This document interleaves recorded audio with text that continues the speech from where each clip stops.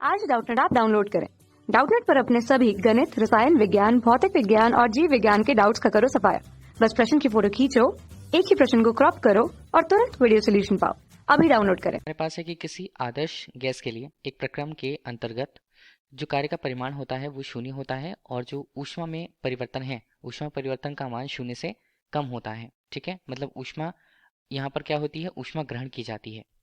तो इस तरह पूछा जा रहा है तब गैस का ताप घटेगा, ये ऑप्शन ए पर बोला जा रहा है। आयतन बढ़ेगा, ऑप्शन बी पर बोला जा रहा है। दाब नियत रहेगा, ऑप्शन सी। और चौथे ऑप्शन के हिसाब से ताप बढ़ेगा, ये कहा जा रहा है इस क्वेश्चन पे। क्वेश्चन हमें दिया हुआ है किसी आदर्श गैस के लिए, उस पर होने वाले प्रक्रमों को बता रहा है। ठीक है, तो आदर्श गैस यहाँ पर है। तो आदर्श गैस में जो प्रक्रम है उसे हम देखेंगे ऊष्मागतिकी के प्रथम नियम से। तो ऊष्मागतिकी का प्रथम नियम क्या कहता है?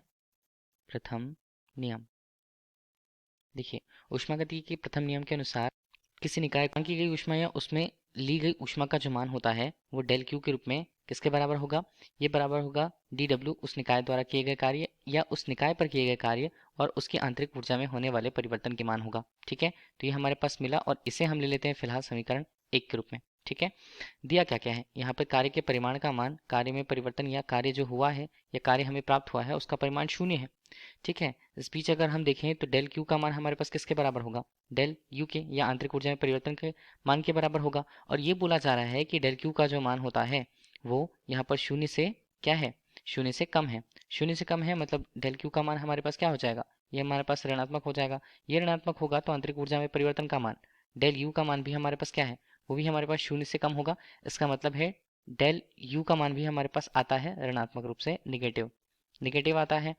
तो हम ये देखें तो डेल यू का मान जो होता है वो किससे समानुपाती है? ये तापमान में परिवर्तन के समानुपाती होता है। ठीक है, तो अगर आंतरिक ऊर्जा में परिवर्तन ऋणात्मक है, इसका मतलब है कि तापमान में परिवर्तन डेल टी का मान भी क्या होगा? शून्य से कम होगा या ऋणात्मक होगा। इसे हम क्या लिख सकते हैं?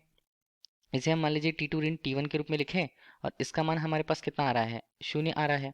तो इसका मतलब है T2 का जो मान है वो T1 के मान से कम हो जा रहा है, मतलब ताप यहाँ पर कम हो रही है, ताप में कमी यहाँ पर हो रही है।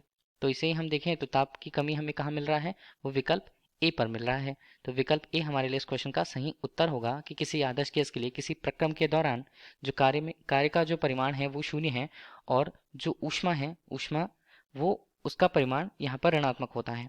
तो इस स्थिति पर गैस का ताप घटेगा। Thank you. कक्षा 6 से 12वीं से लेकर नीट, IIT, JEE वो एडवांस के लेवल तक 1 करोड़ से ज्यादा छात्रों का भरोसा। आज ही डाउनलोड करें डाउटनेट ऐप या व्हाट्सएप करें अपने सारे डाउट्स 8400 400 400 पर।